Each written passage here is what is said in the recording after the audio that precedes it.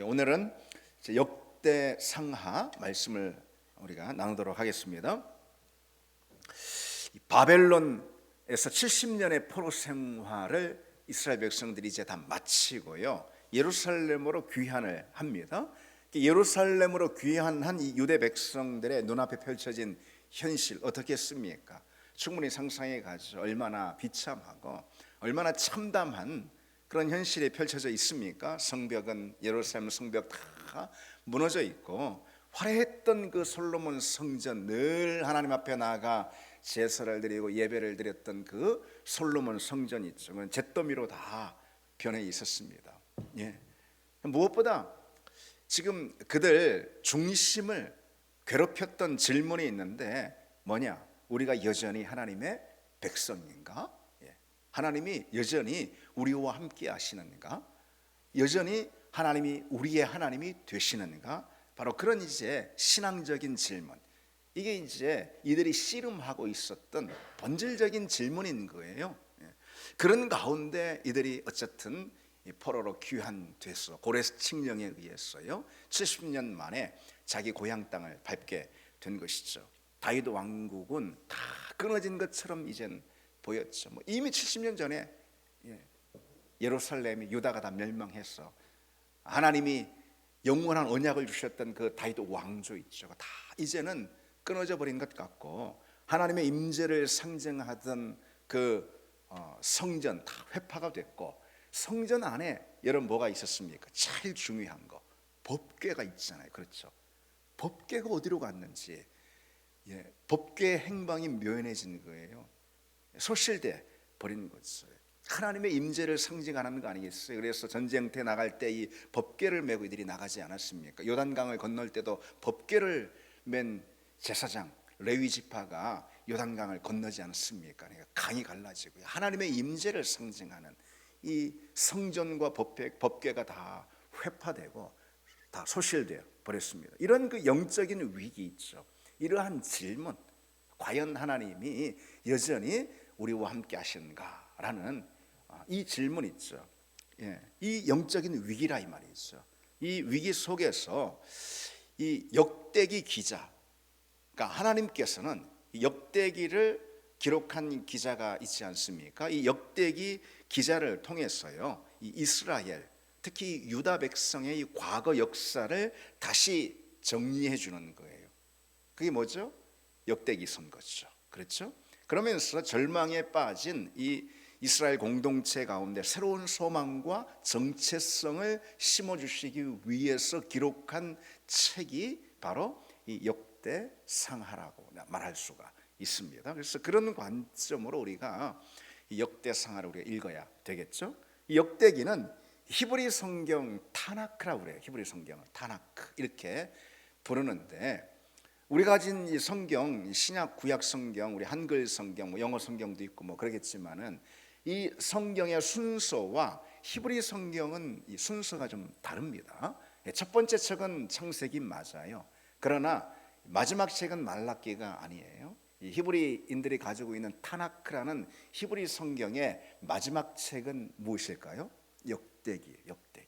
우리는 이제 상하로 나눠져 있는데 그저 역대기서 이렇게 될 수 있는 거죠.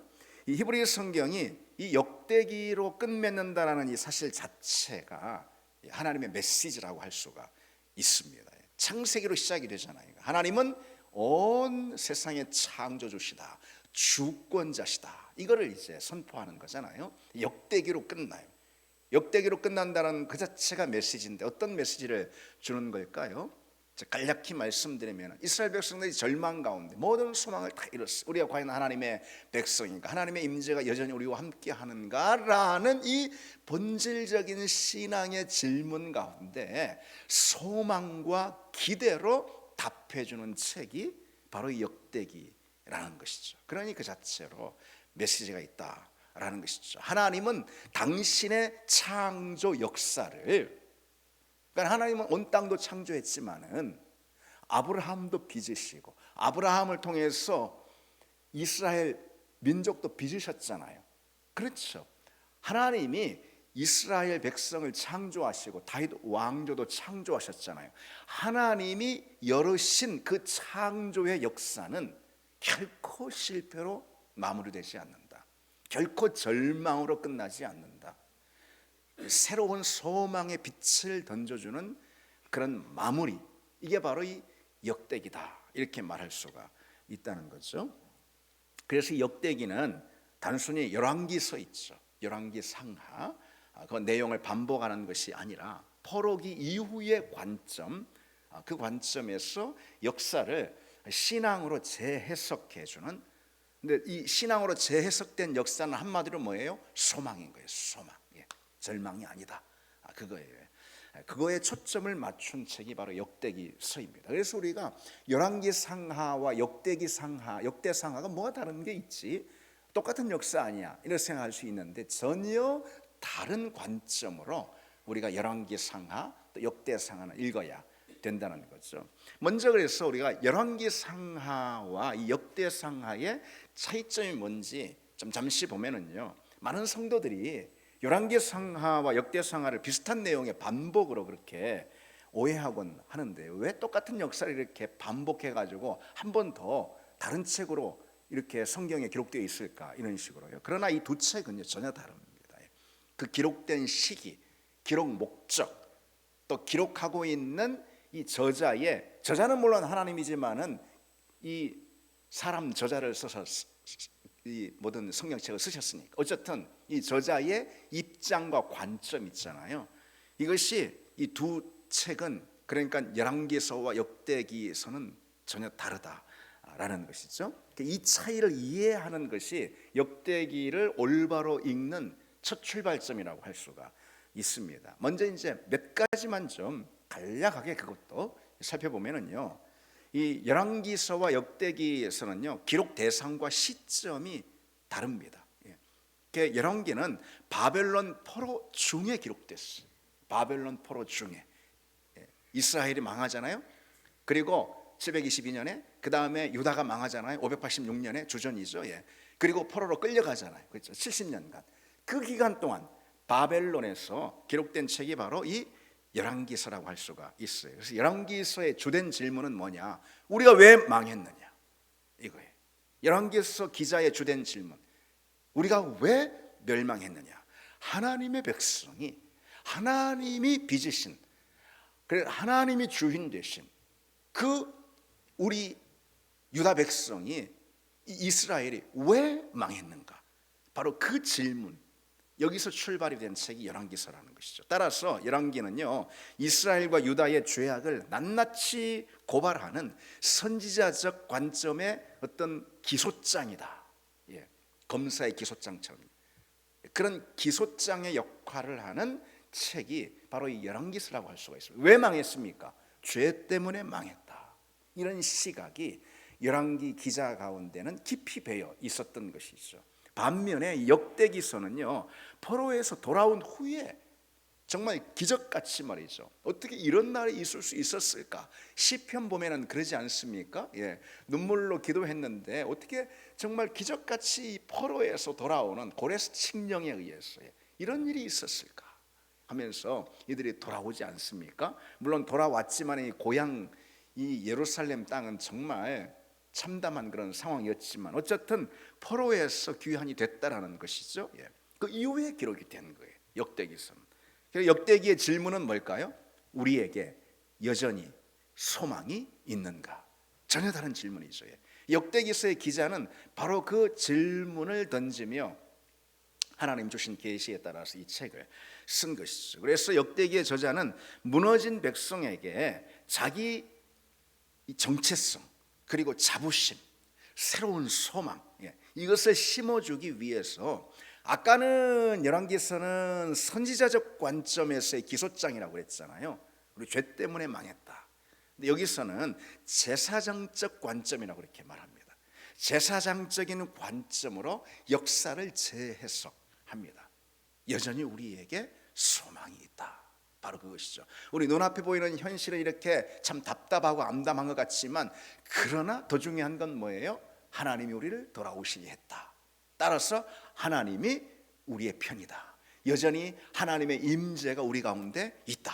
바로 그것을 이제 이스라엘 백성들에게 보여주는 그 초점이 이 역대기서 가운데 있다는 거죠. 두 번째로 열왕기와 역대기의 차이점이 뭐냐? 금방 말씀드린 대로 이 관점의 차이가 있고 기록 관점. 두 번째로는요, 북이스라엘의 역사를 다루는 차이점이 있어요. 여러분 성경을 그래도 좀 몇 번 꼼꼼히 읽어보신 분은 대본에 아실 거예요. 열왕기서는 왜 북이스라엘 역사하고 남유다의 역사, 이 왕들을 중심으로 해서 교차로 나오지 않습니까? 서로 대조가 되면서. 그렇죠. 그런데 역대기에서 보면은 북이스라엘 역사가 다 생략돼 버려요. 그렇죠. 예. 아, 그랬는가 이렇게 생각을 하십니까? 그렇습니다. 예. 이 열왕기는요, 남유다 북이스라엘 말씀드린 대로 왕들이 교차적으로 이 서술되어 있는데, 역대기서는 북이스라엘에 대한 왕들, 북이스라엘 역사죠, 거의 언급이 없습니다. 저자에 있었으니까, 역대기 저자에 있어서 진정한 이스라엘의 역사, 이건 뭐냐? 다윗의 혈통을 잇고 예루살렘 성전에서 예배하는 그런 다윗 언약의 계통 안에 있는 예배자들. 뭐라고요? 다윗 언약의 계통 안에 있는 예배자들. 이게 바로 하나님의 역사라는 거예요. 예. 하나님의 무대는 바로 거기에 있다라는 것이죠. 예. 그래서 그런 관점이 있기 때문에 북이스라엘 역사는 생략해 버린 것입니다. 이것은 이제 하나님이 세우신 언약의 정통성을 수호하고자 하는 신앙적인 선택이다. 이렇게 말할 수가 있는 거예요. 그래서 역대기에서 진짜 이스라엘의 역사는 성전을 중심으로, 성전이 어디 있어요? 예루살렘 남유다에 있잖아요. 성전을 중심으로 하나님을 예배해 온 그런 공동체 역사다, 이렇게 말할 수가 있습니다. 레위 지파가 어디 있습니까? 예배자들인 제사장들이 어디 있습니까? 예루살렘에 중심으로 있지 않습니까? 그래서 바로 그것이 하나님의 무대다. 그러니까 하나님의 언약 백성들이 하나님을 예배하는 역사가 하나님의 역사다. 이런 관점이 있었던 거예요. 예. 그래서 마치 가인의 혈통은 끊어져 버리잖아요. 아벨로 이제 이어지는 것입니다. 실은. 그래서 이제 아벨 대신 셋을 주는 거 아니겠어요? 셋이라는. 그렇죠? 그리고 그 에서의 계통은 끝나는 것입니다. 대신 야곱으로 하나님의 언약은 이어지는 거예요. 그래서 야곱이 하나님의 역사의 줄기가 되는 것입니다. 바로 그런 관점으로 이 북이스라엘의 역사를 생략했다라는 우리가 볼 수가 있는 거예요. 그 다음에 또 한 가지 차이를 보면은 역대기서와 열왕기서 인물 묘사에 대한 아주 중요한 차이점을 발견할 수 있어요. 여러분 다 아마 느끼셨을 거예요. 예. 가장 극명한 예가 다윗과 솔로몬. 당연히 이스라엘 역사 가운데 다윗과 솔로몬 생략이 될 수가 없죠. 솔로몬. 그런데 이들에 대한 묘사가 확연히 차이가 납니다. 열왕기에서는요, 다윗의 그 범죄한 간음의 사건, 그렇죠? 그리고 살인, 이런 치부가 다 드러나잖아요. 그리고 솔로몬의 우상 숭배, 솔로몬이 잘한 것도 기록하지만은 그의 신앙도 기록하지만은 그의 우상 숭배, 그리고 결국은 그가 타락하잖아요. 이런 걸 상세히 다 기록하고 있습니다. 하지만 역대기서는요, 이들의 그런 과오를 다 생략합니다. 그리고 축소해 버립니다. 대신에 그들의 이 다윗과 솔로몬이 얼마나 이제 성전을 위해서 열심을 가지고 준비를 했는지, 다윗은 준비하고 솔로몬은 성전을 짓잖아요. 하나님 앞에서 얼마나 열정적인 예배자들이었는지, 성전을 향한 이들의 열심이 얼마나 탁월했는지. 성전은 뭐예요? 예배하는 곳이에요. 그래서 하나님의 임재를 경험하는 곳이에요. 그러니까 그것에 대한 하나님을 향한 사랑이 얼마나 열렬했는지, 그것을 이제 대단히 부각하는 걸 볼 수 있어요. 열왕기서와는 다르게. 역대기가 다윗과 솔로몬의 허물을 생략한 것은 뭐 역사를 이제 감춰버리고 일부러 숨기려고 그런 건 아니고, 아니 다 드러나. 이미 먼저 기록된 열왕기서가 다 있잖아요. 뭘 어떻게 감춰? 다 있는데, 그건 다 뻔히 아는 사실인데. 그래서 그걸 감추려고 의도한 것이 아니고요. 하나님의 약속이라는 것은 사람의 실패로 무너지지 않는다. 이걸 그러니까 하나님의 시각으로, 하나님의 주권적 시각으로 이스라엘 역사를 해석하는 거예요. 재해석하는 거예요. 하나님이 붙들고 있는 한 사람의 실패, 그런 다윗의 실패나 솔로몬의 실패나 사람의 실패로 인해서 하나님의 이 언약이라는 것이 결코 깨지지 않고 하나님이 붙들고 계신 그 역사라는 것이 결코 실패하지 않는다. 이것을 강조하는 것입니다. 넘어진 공동체에게 지금 필요한 것은 뭐예요, 여러분? 이스라엘 백성들 넘어진 공동체 아니겠어요? 그렇죠. 상처받은 공동체 아니겠어요? 그래서 70년간 정말 바벨론에서 참 그 고생을 하고 돌아오지 않았습니까? 그리고 여기서 이들에게 정말 필요한 건 뭐예요? 열왕기서 같은 우리가 왜 망했냐? 우리 죄 때문이다. 이런 정말 쓰라린 그런 책망의 말씀 필요하죠, 필요해요. 그러나 지금 현재 돌아왔어요. 포로로 잡혀가 있을 때는 그걸 상기하며 그 책망을 듣고 이들이 다시 겸비해서 이들이 회개해야 되는 거예요. 70년간. 그래서 돌아왔어 이제 하나님의 은혜로. 지금 더 중요한 말씀은 뭐예요? 여전히 하나님 우리와 함께 하신다. 하나님 우리를 버리지 않으셨다. 우리가 이런 환경이지만 그러나 인간은 실패해도 하나님은 그 하나님의 역사는 인간의 실패에 달려 있지 않다. 우리는 실패해도 하나님은 하나님의 일을 행하시는 분이다. 이 메시지를 전해줘야 하는 거 아니겠어요? 그렇죠? 바로 그런 메시지를 역대기 기자를 통해서 하나님이 전해주신다는 거예요. 사람은 실패하지만은 그렇다. 사람은 다 실패할 수 있다. 큰 실패든 작은 실패든 할 수 있다. 그러나 하나님의 역사가 사람에게 달린 것이 아니다. 이걸 보여주는 거예요. 이것이 여러분이 공동체 안에서도 매우 중요한 메시지라 할 수가 있습니다.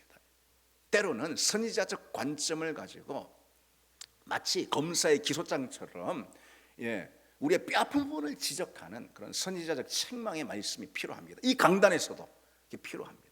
그런 말씀이 주어질 때 우리는 정말 뼈아프게 그 말씀을 듣고 가슴에 새겨야 하는 것이죠. 괜히 그런 말씀을 듣고 마음 상했네 그런 게 아니고 그 말씀에 무릎 꿇을 줄 아는 성도가 돼야 합니다. 아멘.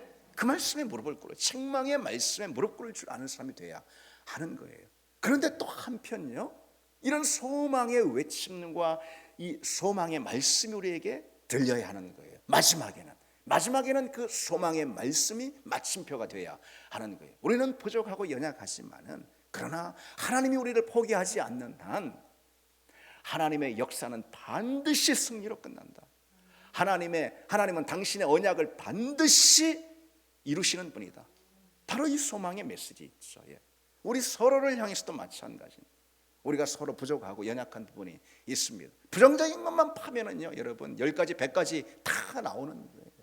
그러지 않을 사람, 거기에서 자유로울 사람이 어디에 있습니까? 부정적인 안경과 부정적인 시각으로 보면은 우리 교회도요, 내일이면 망할 수도 있어. 내일을 못 넘길 수도 있어. 부정적인 시각으로만 보면 그러는 거예요. 10가지 100가지 도미노처럼 무너져 버리는, 도미노처럼. 좀 됐지만 예전에 어느 집사 한 분이 나한테, 목사님 우리 교회가 이 도미노처럼 무너집니다, 나한테 그러더라고요. 그 말 듣고 나는 금식하며 기도했어요. 부정적인 시각으로 보면은 공동체도 그렇게 보이는 거고, 가정도 그렇게 보이는 거고, 그리고 상대도 그렇게 보이는 것입니다. 그러나 여러분, 우리는 때로 실패하고 교회는 비록 부족한 점이 있고 부정적인 부분으로 비치는 부분이 있을지 몰라도 하나님이 우리 교회에 과연 참된 주인이시라면은, 여러분 그렇습니까? 그렇습니까? 하나님이 이 교회의 참된 주인이고 주권자가 아닌 이상 우리가 뭘 여기 있겠습니까? 하나님이 이 교회, 우리 교회의 참된 주인이고 다스리시는 통치자고 주권자라면은 우리의 연약함에도 불구하고 하나님의 강함으로 하나님의 뜻을 이루실 줄 믿습니다. 우리는 약하지만 하나님의 강한 의지로, 하나님의 의지로 당신의 뜻과 목적을 우리 교회를 향해서 성취해 내실 줄 믿습니다. 그 다음에 그런 인물 묘사의 차이, 마지막 하나 더, 이 열왕기서와 역대기서의 차이를 보면은요, 신학적인 강조점의 차이다, 이렇게 이제 한마디로 요약할 수가 있습니다. 열왕기서는 반복하는 거예요, 사실은. 열왕기서는 언약의 파기에 따른 이 심판을 강조해요. 열왕기서. 그 말씀은 그 말씀대로 귀한 말씀인 거예요. 들어야 되는 거예요. 반면에 역대기서는요 언약의 신실함에 근거해. 열왕기서는 너희들이 하나님과 맺은 언약을 파기했잖아. 그러니까 이렇게 된 거야. 하나님 널 버리셨어. 그 관점이에요. 이 쓰린 책망을 가슴 아프게 마음에 새길 필요가 있는 거예요. 그러나 또 역대기의 관점은요 하나님의 언약의 신실하심, 거기에 모든 소망에 근거를 다 둡니다. 그러니 반드시 하나님 회복시킬 거다. 우리에게 반드시 뭐가 있다는 거예요? 소망이 있다. 그걸 강조해 주는 거예요. 열왕기가 절망적인 멸망으로 끝났다면은 역대기는요 고레스의 칙령을 통해서 다시 성전으로 돌아오라는 선포로 이 역대기서가 끝을 맺습니다. 소망으로 문을 닫는 거예요. 그러니까 하나님은 심판으로 말씀을 끝내지 않는다라는 거. 이게 역대기서가 우리에게 주는 제일 중요한 메시지라고 할 수가 있습니다. 자, 그러면은 이제 본론으로 좀 들어가서 이제 본론으로 들어가나? 이제 본론으로 좀 들어가서 역대기의 구조를 보시면은요 역대 상하는 크게 네 단위로 좀 분류해 볼 수가 있습니다. 1부, 2부, 3부, 4부다 이렇게 이제 말할 수 있는 역대상의 1부, 2부, 역대하의 3부, 4부 이렇게 구성되어 있다 이런 말할 수가 있습니다. 각 단위는요 유기적으로 연결되어 있고 특별히 역대상하 그 중심에 있는 핵심 주제는 뭐냐? 성전이에요. 성전. 성전 뭘 일컫는 거예요? 성전은 예배. 예배는 뭘 말해주는 거예요? 하나님의 임재의 경험, 하나님과의 만남, 그걸 말하는 거예요. 그게 중심에 있습니다. 역대상하에. 어쨌든 일부는요 역대상 1장에서 9장을 말하는데 여러분 여기서 이제 역대기를 읽는데 포기해버리잖아요. 역대기 1장에서 9장 뭐가 나옵니까? 읽어보셨죠? 지루한 그 족보 얘기가 나오잖아요. 그렇죠? 창세기는 그래도 족보가 좀 많이 안 나와. 그리고 좀 마태복음도 한 장밖에 안 나오잖아요. 근데 역대기서는 1장에서 9장까지 나와. 세상에 끝도 안 나. 그러니까 이 역대기 읽는 걸 포기해버리는 경우가 많이 있는데 어쨌든 아담에서 포로 귀환까지의 역사를 담고 있는 거예요. 일부가. 2부는 역대상 10장에서 마지막 29장까지 다윗의 통치에 대한 기록이에요. 그 다음에 이제 역대하로 넘어가서 1장에서 9장은 솔로몬 통치의 이야기, 그리고 저 10장에서 그 마지막 36장이죠. 역대하가. 거기까지는 유다의 다른 왕들 있죠. 핵심적으로 몇몇 왕들의 이야기를 더 좀 깊이 다룹니다. 어쨌든 그런 기록이에요. 근데 크게 봐가지고선 역대상은요 뿌리와 정체성 찾기에 대해서 좀 주목합니다. 그러니까 족보가 나오는 거예요. 그리고 역대하는요 성전을 중심으로 한 그런 유대 왕들에 대한 그런 이야기들, 성전을 중심으로 유대 왕들이 어떻게 신앙 개혁 운동을 일으키는가, 그래서 사람들이 백성들이 성전으로 돌아오게 하는가, 이런 관점으로 이 역대하가 진행이 된다 할 수가 있습니다. 그럼 한 걸음 더 들어가서 역대상은 뭐라고 그랬어요? 뿌리 찾기, 정체성. 이들이 뿌리를 잃어버린 것 같죠. 70년간 포로로 잡혀가가지고 70년이면은 한 2세대 정도 될 수 있잖아요. 그렇죠? 그러니까 뿌리를 잃어버린 것 같잖아요. 그 뿌리에 뭐가 있어요? 그냥 조상이 있는 게 아니고 그 뿌리 그건 뭐예요? 하나님이죠. 하나님. 이들의 뿌리는 하나님이잖아요. 그러니까 아담부터 가는 거예요. 아담부터 출발해가지고 오는 거예요. 역대기에 보면은 족보가 아담부터 시작이 돼요. 뿌리 찾기. 그러니까 그냥 사람 조상이 아니고 뿌리가 하나님을 향해 가는 거예요. 그래서 나는 누구인가라는 이 질문, 정체성에 대한 답을 구하는 것이 바로 이 역대상이라고 할 수가 있습니다. 그래서 방대한 족보로부터 시작이 되는데요. 이 현대 독자인 우리에게는 지루하게 느껴질 수 있지만은 실은 당시 유대 백성들에게는 이게 제일 중요해요. 역대상 1에서 9장까지가 제일 중요한 부분이라 할 수가 있습니다. 그래 이 가운데는 특별히요. 뭐 참 시간 관계상 많은 얘기를 할 수가 없어요. 여러분들이 이제 말씀을 읽으시고 뭐 그렇게 하시는 걸 바라고 뭐 이 시간에는 그냥 가이드하는 걸로 만족하는 시간이니까. 특별히 역대상에는요 유다 지파하고 레위 지파를 좀 강조해요. 그 이유가 있어요. 그러니까 하나님 나라의 정통성, 그냥 뿌리 찾기와 정통성이잖아요. 역대상의 이 주된 관점 거기에 있잖아요.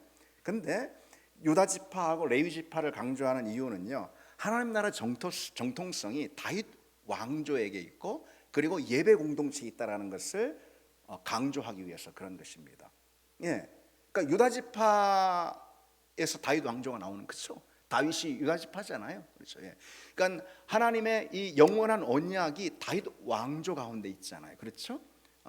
그래서 이 유다 지파가 강조가 되는 것이고, 레위 지파가 강조되는 이유는 레위 지파가 예배자들 아니겠어요, 그렇죠? 다윗들이 성전을 섬기는 예배자들이었어요. 그래서 예배의 공동체. 그러니까 하나님의 역사는 누굴 통해서 이어진다라는 거예요? 하나님과 언약을 맺은 다윗 왕조. 그러니까 유다 지파인 거예요. 언약을 맺은, 너는 내 백성이고 나는 너의 하나님이다. 이 언약을 맺은 그 유다 지파. 언약을 맺었다라는 게 중요한 거예요. 그리고 레위 지파가 강조되는 건 뭐예요? 예배자들인, 예배자들, 성전을 중심으로 한.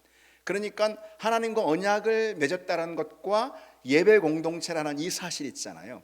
이 두 기둥이 제일 중요한 거예요. 정체성에 있어서 제일 중요한 거예요. 우리 역시 마찬가지예요. 우리가 뭐 세상에서 어떤 위치, 어떤 날 누구로 보고 얼마나 성공과 뭐를 이뤘다 하더라도 그런 게 하나님의 역사에서 중요한 게 아니라는 거예요. 뭐죠? 우리가 하나님의 백성이 되었느냐, 이거죠. 언약인 거예요. 언약. 우리가 하나님의 자녀인가, 십자가를 통해서 우리가 그 그리스도 안에서 하나님과 묶여 있는가, 이게 언약인 거예요. 언약. 그리고요, 그것을 통해서 우리가 하나님을 예배하는 예배의 공동체 또는 예배의 인생, 예배의 삶이 되는가. 그 안에 뭐가 있다라는 거예요. 그 안에 하나님의 역사가 있다라는 거예요. 하나님의 역사는 다른 데 있지 않아요. 하나님의 역사는 뭐 세상에 대단한 군주들이, 세상에 뭐 대단한 영향력 있는 사람들이 하나님의 역사를 끌고 가는 것이 결코 아니죠. 사람이 볼 때는 대단하게 그러나 그렇지 않아요. 하나님의 역사는 하나님 안에 있는 예배자들, 그들을 통해서 하나님의 역사가 펼쳐지고 하나님의 무대가 펼쳐진다는 사실, 그걸 강조하고 있습니다. 그래서 우리가 특히 역대상에서 주목해야 할 것은요, 다윗이 아주 상당한 어떤 집중력을 가지고 성전 건축을 준비하고 예배 제도를 확립합니다. 다윗이 성전 지려고 그러는데 그러지 말라고 그랬잖아요, 그렇죠? 그래서 그걸 미리 준비하거든요. 엄청난 집중을 가지고 준비를 하고, 그리고 예배 제도를 예배 제도를 확립한다는 건 뭐냐면은, 이걸 레위 지파 찬양단을 이렇게 만들고, 그리고 레위인의 직무를 다 세분하고 그런 거예요. 오늘날로 보자면은 집사도 세우고 권사도 세우고 장로도 세우고 하면서 이런 걸 말하는 직무와 직제, 다윗이 다 그래 해놨어요. 여러분, 열왕기상하를 보면은, 열왕기상하가 아니죠. 다윗의 이야기니까 사무엘상하죠, 그렇죠? 사무엘상하를 보면은 다윗의 어떤 내용들이 좀 거기에 많이 주목해서 기록이 되어 있습니까? 전쟁을 치른, 그렇죠? 다윗이 전쟁을 치른 얘기, 그렇죠? 그래서 승전한 얘기들. 맨 처음에 다윗이 전쟁 치른 게 뭐예요? 골리앗. 때려잡지 않습니까? 골리앗을. 그게 전쟁의 어떤 승리자로서 이 다윗을 많이 부각합니다. 그래서 그 뒤에 하나님이 계시다는 것을 말해주는데, 역대기에서는요 그런 모습이 거의 없어요. 역대기에서. 그게 아주 중요한 차이점입니다. 역대기에서는 다윗이 전쟁의 승리자, 그래서 그 뒤에 하나님이 계시다, 이런 걸 강조하기보다도 뭘 강조한다고요? 성전을 지는데 얼마나 집중하고 예배 제도를 확립하는데 얼마나 열의를 다하는가, 그걸 부각하고 있다는 거죠. 그래서 이 역대기가 말해주고자 하는 것이 명확한 거 아니겠어요? 이스라엘의 진정한 힘은 그런 군사력이나 경제력이나 이런 거에서 비롯되지 않는다라는 거예요. 하나님을 향한 온전한 예배 있잖아요. 그 예배를 통해서 이스라엘의 힘은 유지된다. 그것을 이제 역대기는 보여주는 거예요. 그래서 다윗을 칼을 든 군주로 묘사하기보다, 그것은 사무엘상에서 그랬지, 그렇죠?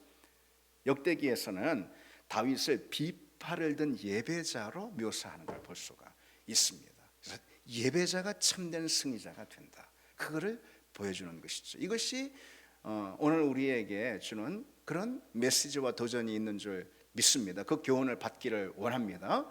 예. 예배자, 비파를 든 예배자. 예. 그 다음에 역대하로 또 넘어가면은요, 성전과 유다 왕들에 관한 이야기들이 쭉 역대하에 기록이 되어 있습니다. 솔로몬이 이제 결국은 성전을 화려하게 건축하지 않습니까? 근데 그 과정에서 이 솔로몬의 어떤 지혜와 부귀 또는 영화라는 것은 오로지 하나님의 성전을 짓고 그 성전에서 봉사하는, 그 성전을 봉헌하는 그런 사명에 집중했을 때 부과되는, 주어지는, 수반되는 그런 부수적인 축복이다. 뭐가요?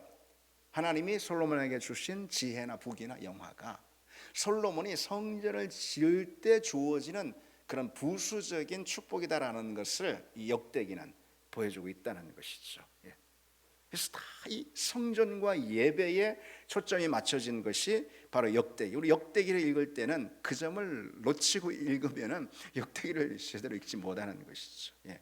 솔로몬 사후에도요, 왕국이 결국 분열이 되고 북왕국 이스라엘에서는 이제 카메라를 그냥 돌려가지고선 남유다만 비추는 것이죠.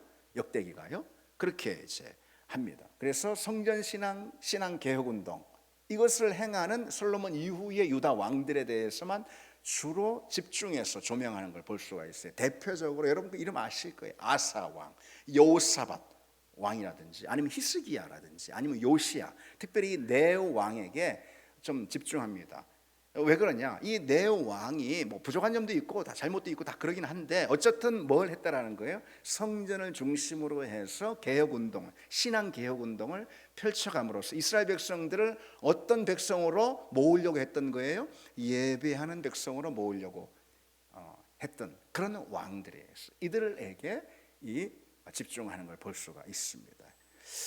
자, 이 역대상과 역대하 좀더 이야기할 내용들이 많이 있지만은 사실 저도 좀 더 다른 이야기를 더 많이 좀 하려고 준비를 해왔는데, 자, 요 정도로 가름을 하고요. 이 역대기가 우리에게 주는 메시지를 좀 보겠습니다. 역대기가 오늘 우리에게 주는 메시지가 무엇이냐? 네 가지 메시지를 여러분 기억하시기 바랍니다. 첫 번째로 뭐냐? 이 역대기는요, 우리에게 역사를 어떻게 읽어야 하는지 가르쳐주고 있어요. 역사를 어떻게 읽어야 하는가? 역대기의 저자는요, 이 과거의 사건들을 재배열을 하는 거예요. 열왕기 기자하고 달라요. 재배열을 하고, 그리고 역대기 기자의 관점으로 해석을 하는 거예요. 그것을 통해서 이 새로운 공동체, 포로에서 귀환한 공동체잖아요. 이 새로운 공동체에게 신앙의 언어로 이야기되는 이 역사를 주는 것입니다. 어떤 역사요? 신앙의 언어로 이야기되는 역사, 이것을 제공해 주는 것, 이게 바로 역대기서 기자의 주된 임무라고 할 수가 있습니다. 그러니까 여러분, 이게 무슨 말이냐? 오늘날 우리로 적용해 본다면요, 나 역시 내 인생의 역사 있잖아요. 다 개인의 스토리, 다 우리의 인생 이야기 있지 않습니까? 그것을 하나님의 섭리를 하는 그런 렌즈로 읽어야 한다는 거예요. 재해석해야 한다는 거예요. 똑같은 역사잖아요. 똑같은 이스라엘 똑같은 역사. 그런데 어떤 렌즈로 보느냐에 따라서 전혀 다른 이야기가 구성되는 거예요. 예. 우리의 이야기도, 인생 이야기도 마찬가지예요. 그럼 과연 어떤 렌즈로 우리의 인생 이야기를 해석해야 할까요? 역사는 다 해석하는 거예요. 어떻게 해석해야 될까요? 내 과거도 해석하는 거예요, 여러분. 예. 사람에 따라서 똑같은 과거가 있다 하더라도 우리 교회에 일어난 똑같은 1년 전의 일도요, 김 집사님과 이 집사님이 이해하는 또는 해석하는 것이 다른 거예요. 그렇듯이 자기 이야기도 마찬가지예요. 어떤 렌즈로, 당연히 하나님의 렌즈로 내 이야기를 바라봐야 하는 것이죠. 인간의 눈으로 보면은, 인간적인 눈으로 보면은 뭐 뻔한 그런 실패로 보이지만은 그런 사건이 하나님의 렌즈, 하나님의 눈으로 보면 뭐라는 거예요? 섭리의 렌즈로 보면은 연단의 과정이고, 하나님이 나를 단련시켜서 더 나은 그런 선물을 주시기 위한 하나의 자원이고 과정이다, 이렇게 해석할 수가 있는 것입니다. 그리고 우리가 인간의 그냥 눈으로 보면은 우연처럼 보이는 그런 사건들도 하나님의 섭리의 렌즈로 보면은 하나님이 미리 준비하신 그런 과정으로 우리가 이해할 수가 있다는 거죠. 역대기 기자가 우리에게 도전하는 것이 뭡니까? 우리 개인의 모든 인생사도 뭐로 봐야 한다는 거예요? 하나님의 섭리라는 렌즈로 봐야 한다는 거죠. 그럴 때 우리는 뭐 할 수 있습니까? 절망의 자리 한복판에서 우리는 소망을 외칠 수 있는 것이고, 우리는 불평과 원망이 나오는 그 자리에서도 뭐 할 수 있습니까? 감사할 수 있는 거죠. 하나님의 렌즈로 보니 감사하는 거예요. 찬양하는 것입니다. 기쁜 것입니다. 그 자리에 소망이 터져 나오는 것입니다. 왜요? 내 인생이 달라서가 아니고 똑같은 인생, 똑같은 걸음이지만은 그러나 하나님의 렌즈로 볼 때 절망의 자리가 소망이 되는 것이고, 그리고 불평의 자리, 원망의 자리가 기쁨과 감사의 자리가 되는 것이죠. 하나님 우리 인생 그렇게 인도하시는 분임을 믿습니다. 그리고 이 역대기가 우리에게 주는 메시지는 정체성의 확인인 거예요. 역대기의 이 긴 족보 이야기 있잖아요. 그래서 우리가 우연히 태어난 존재가 아니라는 것을 말해주는 거예요. 그 족보 가운데 우리의 족보도 있는 거예요. 우리의 이름도 있는 거예요. 그래서 하나님의 치밀한 그런 계획 가운데 나온 언약의 백성들이라는 것을 말해주는 것이죠. 이 족보는 정체성에 관한 것이죠. 정체성이. 그래서 사실 이 정체성은요, 누구의 이야기 안에 나의 이야기가 들어있느냐, 이걸 말해주는 게 정체성이. 뿌리, 정체성, 그것은 누구의 이야기 안에 내 인생이 들어있느냐, 이걸 말해주는 것이거든요. 그래서 나는 세상에 써내려가고 있는 그 이야기 속에 그저 조연인가? 질문이 그건 거예요. 아니면은 하나님이 써내려가시는 구속의 이야기, 구속의 무대 가운데 선 하나님의 자녀인가? 인물인가? 당연히 우리는 무엇인지 기억해야 하는 것이죠. 세 번째로 삶의 중심을 예배와 성전으로 재편하라라는 그런 메시지가 역대기서에 있습니다. 아까도 계속 강조했듯이 역대기의 제일 주된 이 핵심 내용은 성전이에요. 성전을 중심으로 역사가 펼쳐지는 거예요. 그래서 우리 삶의 우선순위는 다 성전을 중심으로 재편이 돼야 하는 것이죠. 다시 말해서 성전이 뭐예요? 예배죠. 예배. 여러분, 예배가 절대로 변수가 돼서는 안 돼요. 예배는 상수, 예배는 상수. 예배가 있고 그 다음에 내 모든 삶이 있는 거예요. 예배를 중심으로 내 삶이 재편이 되는 거예요. 예배는 변수. 내가 뭐 어떤 일이 있으면 예배는 언제나 뭐 옆으로 치워낼 수 있는 변수예요. 여러분, 어떻게 하나님의 사람이라고 할 수가 있겠습니까? 그래서 왜 예배 안 나오냐? 뭐 그런 걸 따지는 그런 차원이 아니에요. 왜 예배를 빼먹냐? 뭐 여러분, 이런 차원으로 듣지 마세요. 제가 목사가 돼가지고서 뭐 강단에서 무슨 뭐 예배 나오세요, 예배 나오세요. 왜 예배 빠지나? 뭐 그런 얘기 하게 됐습니까? 여러분, 그런 차원이 아닌 거예요. 그렇죠. 예배를 상수가 아닌 변수로 두는 그런 사람이 어떻게 하나님의 자녀나 할 수가 있느냐? 이런 질문을 우리가 던져야 하는 것이죠. 마지막으로 회개를 통한 즉각적인 회복을 메시지로 하고 있는 책이 바로 이 역대기라고 할 수가 있습니다. 재밌는 게 있어요. 사실 재밌는 게 많은데 더 많이 나누고 싶은데,